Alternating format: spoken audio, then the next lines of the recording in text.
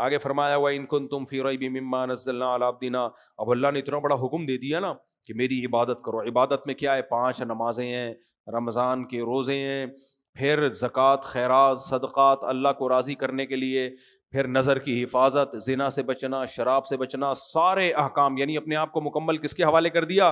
اللہ کے. تو آدمی کہتا ہے پتہ نہیں اللہ کہہ بھی رہا ہے کہ نہیں کہہ رہا ہے، ایسا تو نہیں مولوی صاحب لگا رہے ہو اپنی طرف سے. جب بہت بڑا آرڈر آتا ہے تو انسان تحقیق کرتا ہے کہ یہ آرڈر واقعی ایس ایچ او صاحب کا ہے بھی کہ نہیں ہے. کیا خیال ہے بھائی؟ آپ کو حکم دیا ایس ایچ او صاحب نے، آ جا بھائی، آپ مصروف تھے، نے کہا یار اپنی مصروفیت چھوڑ کے جاؤں گا، پہلے فون کر کے معلوم تو کر لوں ایس ایچ او صاحب نہیں بلایا ہے، یہ پرچہ انہوں نے ہی دیا ہے، کسی اور کا تو نہیں ہے. اس لیے اللہ کہتے ہیں وَإِن كُنتُمْ فِي رَيْبٍ مِّمَّا نَزَّلْنَا عَلَىٰ عَبْدِنَا. تمہیں اگر شک ہے نا کہ یہ کلام جو ہم نے محمد صلی اللہ علیہ وسلم پہ نازل کیا اس کے تردد ہے تمہیں، فَأْتُوا بِسُورَةٍ مِّن مِّثْلِهِ، اس جیسی کوئی سورت تم بھی لے آؤ نا.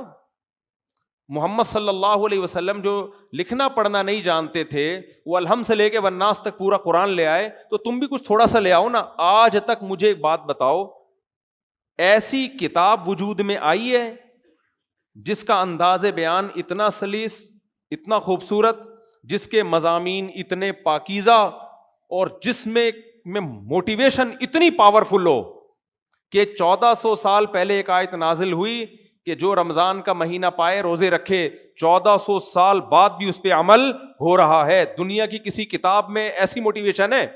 اس پر میں کئی بار بیان کر چکا ہوں کہ کس لحاظ سے قرآن جیسی کوئی کتاب دنیا میں نہیں ہے، کس لحاظ سے. چند پوائنٹ جلدی جلدی بتا دیتا ہوں.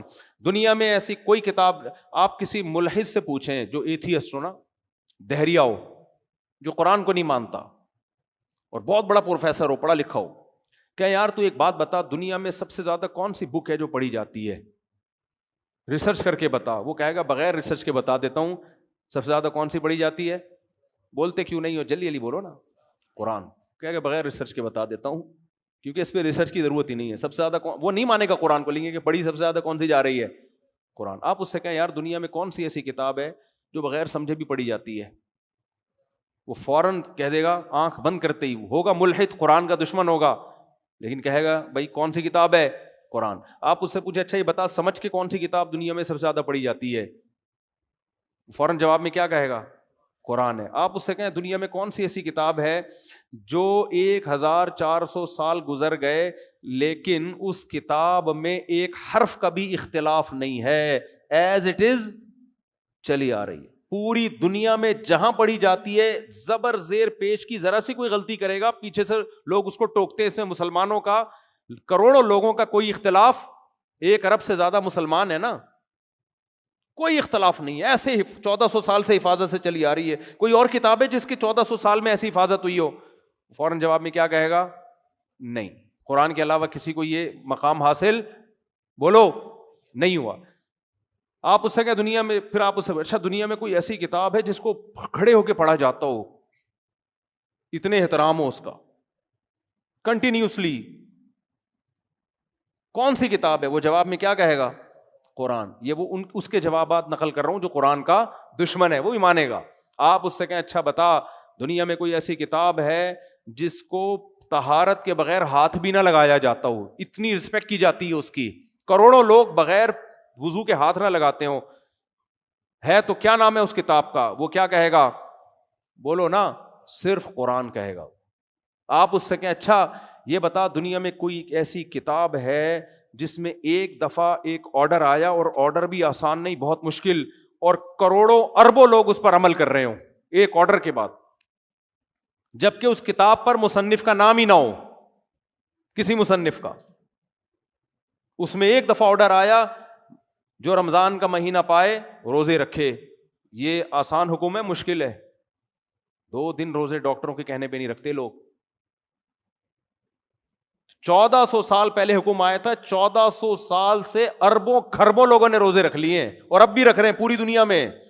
ان ملکوں میں بھی رکھ رہے ہیں جہاں 22 گھنٹے کے روزے ہوتے ہیں، ان ملکوں میں بھی رکھ رہے ہیں جہاں سردی ہو، ان ملکوں میں بھی جہاں شدید گرمی ہو. آپ کہیں دنیا کی کوئی ایسی کتاب جس نے، کوئی ایسا قانون جس نے کہا شراب انلیگل ہے اور کروڑوں لوگوں نے چھوڑ دی ہو؟ انلیگل کوئی ہے کتاب؟ آج قانون بنتا ہے دنیا میں اللیگل، کوئی بھی نہیں مانتا اس کو. قرآن نے ایک دفعہ کہا حرام. جن لوگوں کو کہا وہ شراب کے دھتی تھے، اس دن سے انہوں نے ایسا حرام سمجھا. 1 ارب 22 کروڑ مسلمان اب تک کیا سمجھ رہے ہیں؟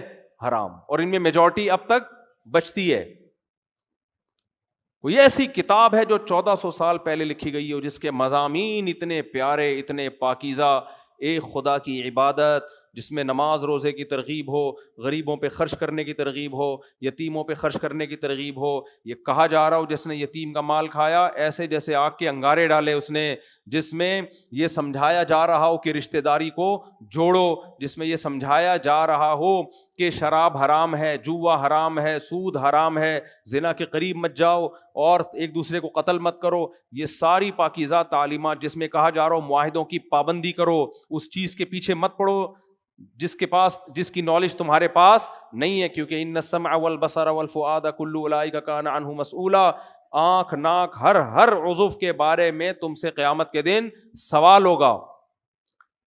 ایسی پاکیزہ تعلیمات دنیا میں کسی مذہب کے پاس، کسی کتاب کے پاس نہیں.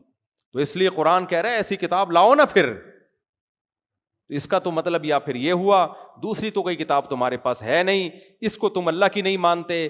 اس کا مطلب یہ ہوا کہ اللہ نے اپنے بندوں کو پیدا کر کے لاوارث چھوڑ دیا ہے، کوئی گائیڈنس نازل کی نہیں ہے. اس لیے اللہ فرماتے ہیں تم بھی لاؤ اس جیسی کتاب. کتاب کیا ایک صورت نہیں لا سکتے. آگے اللہ فرماتے ہیں فَإِن لَمْ تَفْعَلُوا، اے لوگو، اے انسانوں، اگر تم یہ نہیں کر سکتے نا. خطاب صرف ہم سے نہیں ہے، چائنا والوں سے بھی، جاپان والوں سے بھی، امریکہ والوں سے بھی، انڈونیشیا، ملیشیا، کینیڈا، افریقہ، سب سے اللہ کا خطاب ہے.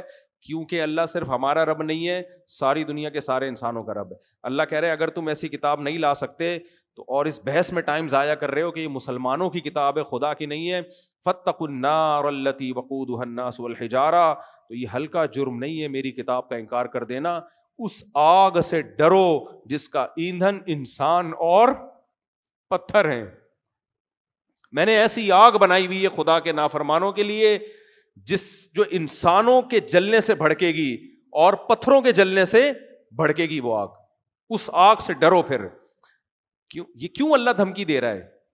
اس لیے کہ خدا کی باتوں کا انکار، یعنی اللہ کو آپ ہلکے میں لے رہے ہو. کوئی بہت بڑا طاقتور آدمی آپ کو دھمکی دے کے جائے اور آپ پڑے ہوئے خراٹے لے کے سو رہے ہو، اس میں وہ اپنی انسلٹ محسوس کرے گا کہ نہیں کرے گا؟ وہ اگلا پیغام جو آپ کو دے گا وہ کہے گا بھائی تو نے مجھے بہت ہلکے لے لیا ہے، تو نے مجھے بہت ہلکے لے لیا ہے، میں اتنا ہلکا ہوں نہیں. تو یہاں بھی اللہ کہتے ہیں کہ اگر تم خدا کی کتاب کا انکار کرو گے اس دلیل کے باوجود، فاتقوا النار التي اعدت للکافرین، فاتقوا النار التي وقودها الناس والحجارہ، اس آگ سے ڈرو جس کا ایندھن انسان اور پتھر ہیں.